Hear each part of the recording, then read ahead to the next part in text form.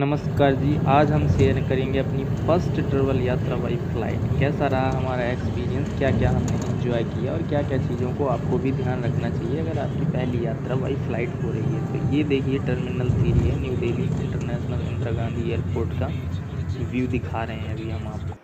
ये आपके साथ चलती हुई लिफ्ट है, आप भी इसके साथ चल सकते हैं और मज़ा ले सकते हैं। इसमें क्या है कि आप जल्दी पहुंच जाते हैं जहां पे आपको जाना रहता है। ये हमने साइड पे एक फ़्लाइट का रिकॉर्ड किया है, ये खड़ी हुई फ़्लाइट है। ये देखो बोर्डिंग के लिए एंट्री हो रही है फ़्लाइट के अंदर, तो यहाँ पर लोग बहुत ज़्यादा होते हैं, इसलिए लोगों को 3 पार्टों में डिवाइड कर देते हैं और जोन वाइज इनकी एंट्री करवाते हैं, जोन 1, 2, 3।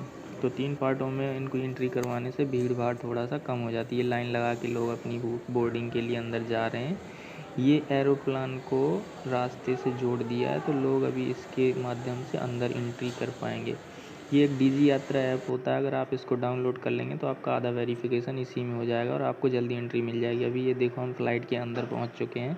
फ़्लाइट के अंदर लगभग 240 लोग होते हैं, जिसमें से 2 पायलट होते हैं और आपकी 3 एयर होस्टेस रहती हैं। ये सेफ्टी गाइडलाइंस की कुछ बुक पड़ी रहती है, वहीं पे आप इनको देख करके समझ सकते हैं सीट बेल्ट किस तरीके से आपको लगाना है। ये देखो आपकी सीट के ऊपर ही 3 स्टडी लाइट रहती हैं और ये 2 एयर होस्टेस बुलाने के लिए बटन। ये सेफ्टी बेल्ट आपको इस तरीके से लगाना रहता है, पूरी फ़्लाइट में आपको लगा के ही रखना है। ये हमारे सामान रखने का एरिया रहता है, यहाँ पे अपना सारा हैंड बैग लगेज इसमें रख देते हैं आप। और इनको एयर होस्टेस देखो इस तरीके से बंद कर रही है। ये इनका काम रहता है कि सारा सामान आपका सेट करेंगे। अगर किसी का आगे पीछे हो रहा है तो वो आपको बता देंगे कि आपका इस सीट के पास रखा हुआ है, तो आपको इसके लिए केयरफुल रहना है और ज़्यादा टेंशन लेने की ज़रूरत नहीं है, क्योंकि यहाँ पे ऐसा कुछ होता नहीं है जैसा आप सोच रहे हो।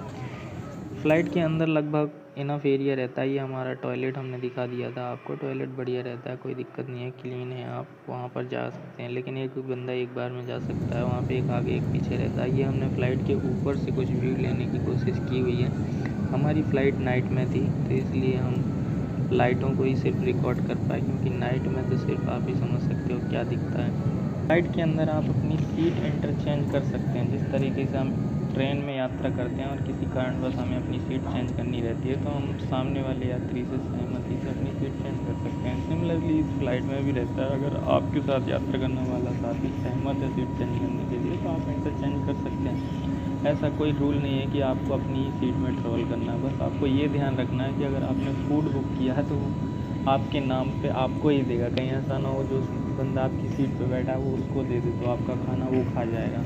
रही बात फूड की, तो जब आप टिकट बुक करते हैं तो उसी टाइम पे एक ऑप्शन आता है फूड बुकिंग के लिए, तो आप उसमें अगर क्लिक कर देते हैं तो आपका एक्स्ट्रा चार्ज ले लेता है और आपका फूड का पैसा वहीं पे पे हो जाता है। और जब फ़्लाइट में आपको फूड डिस्ट्रीब्यूशन आता है तो वो आपका नाम लेकर के आपको फूड दे देता है। फूड में आपको जूस, मैगी, पोहा, उपमा, सो मैनी थिंग्स रहती हैं। आप उसमें से कुछ भी ले सकते हो, कोल्ड कॉफ़ी, हॉट कॉफ़ी, चाय, टी, सब कुछ रहता है। आप अपने हिसाब से चूज़ कर सकते हो, वो आपसे पूछेंगे। इंडिगो में अपने हैंड बैग में 7 केजी वेट आप ट्रेवल कर सकते हैं और आपका जो ट्रॉली बैग रहेगा उसमें आप 15 केजी तक लेके जा सकते हैं। लेकिन कई बार क्या होता है 1-2 केजी अगर ज़्यादा है तो आप कन्विंस करेंगे तो वो आपका पे नहीं करते हैं। अदरवाइज़ 550 रुपये पर केजी एक्स्ट्रा चार्ज आपको पे करना पड़ता है अगर 15 केजी से ज़्यादा आपका वेट निकल रहा है। फ़्लाइट से ट्रैवलिंग के टाइम ज़रूरी नहीं है कि आप टिकट का हार्ड कॉपी प्रिंट लेके जाएँ। आप मोबाइल के द्वारा भी वहाँ पर दिखा करके बोर्डिंग पास का हार्ड कॉपी ले सकते हैं और बोर्डिंग पास आपका हर जगह वेरिफिकेशन में काम आएगा। वेरिफिकेशन के दौरान आपकी कमर का बेल्ट, हाथ का घड़ी, पर्स, ये सारी चीज़ें निकलवा कर मोबाइल हो गया एक दूसरे बिन में रख दिया जाता है और उसको स्कैन करके आगे फीड किया जाता है। वहाँ पे जाके आप अपना दोबारा सामान ले, ये आपका सामान आपको यहाँ पे मिलेगा। किसी कारणवश अगर आपका सामान नहीं मिलता है तो वहाँ पे अवेलेबल स्टाफ से आप बात करके अपना सामान खोज सकते हैं और वो आपको दिला देंगे कहाँ पर